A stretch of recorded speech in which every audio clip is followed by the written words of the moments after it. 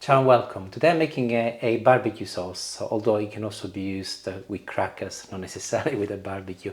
So you're going to need a medium to large size onion. Best to use a blonde or white onion, some olive oil, and a tin of chopped tomatoes. You can also use whole tomatoes, in which case chop them yourself. This is mustard and it is in a powder form, but if you do not have access to powder mustard, you can also use normal mustard. For example, this is here, I'll show you on the camera, whole grain mustard, which is also very nice. Oh, it smells lovely. And I would have used this if I didn't have the powder mustard. So that's an alternative, or any mustard you might have in the cupboard. Some soy sauce and also some white vinegar, salt and pepper, and also some sugar or honey, one or the other. I will be using sugar today. This is a family recipe which has been passed on to Julie by her mum, and we have adapted over the years and given it a Mediterranean feel to it because of some of the ingredients. It's very simple to make and incredibly delicious, and often when we make it people ask for the recipe. And I'll start with the onion, so I'll remove the peel. There are two different ways on how you might want to enjoy this sauce. One is to cook it in a rustic way and leave it whole, or if you prefer and you like your sauce to be smoother, you can always put it through a food processor or a blender once you've finished. I am going to leave mine whole, and as such I'm going to show you not how to chop an onion, but the fact that it is important that if that is what you want to do, to ensure that your onion is chopped in small pieces. So I'm doing mine quite finely, as you can see. But of course, if your intention is to whiz your sauce at the end, you don't need to, you just can chop it in rough pieces. Hob is on, and I'll start by adding the tablespoon of olive oil at the bottom of a saucepan. And I will add the onion, and I will leave this to fry gently for a couple of minutes on a medium to low heat. This is actually a very important step, and make sure that you keep your temperature medium to low. You don't want the onion to become brown. You want it to become tender and release its natural sweetness, which will sit underneath the sauce. You can see what I mean. It's looking soft and still the same color. And this is a good time to add my chopped tomatoes. And this is a tin of 400 grams, but all of the ingredients will be listed in the description, which is below this video, and more, including the cooking method. I'll turn the temperature up slightly and I will let the tomatoes bubble for a few minutes.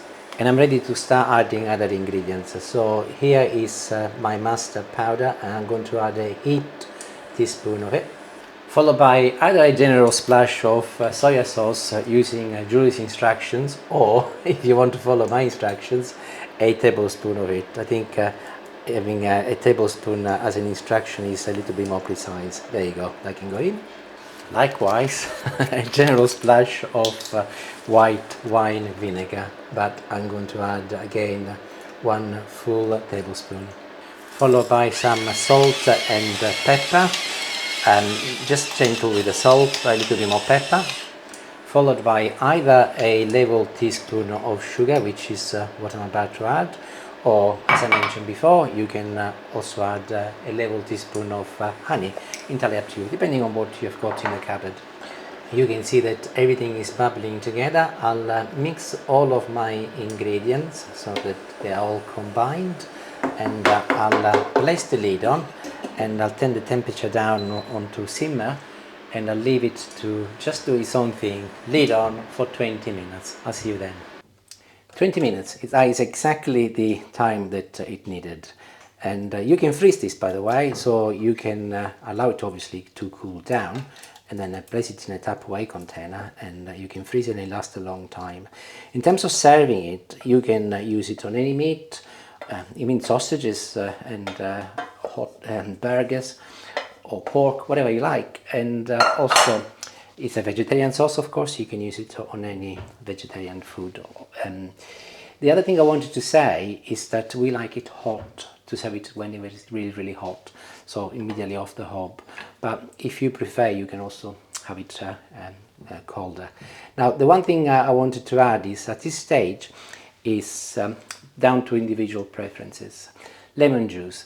I'm going to add a little lemon juice now that is cooked, and the lemon will add a degree of acidity, and I'm doing it now because it will be a little bit more Mediterranean as the flavor goes. But if you wanted to, you can actually add the lemon whilst you are adding all of the ingredients together and let it cook alongside the sauce. It makes a little difference because obviously here is a little bit more presence, which is our preference. But as I said, entirely up to you. And I'm just going to pour some here and then I'll taste some. Lovely. And let's see what this is like. I'm going to just taste it on a cracker because this is the sort of thing you can definitely eat with crackers, especially if it's cold. Mine is hot.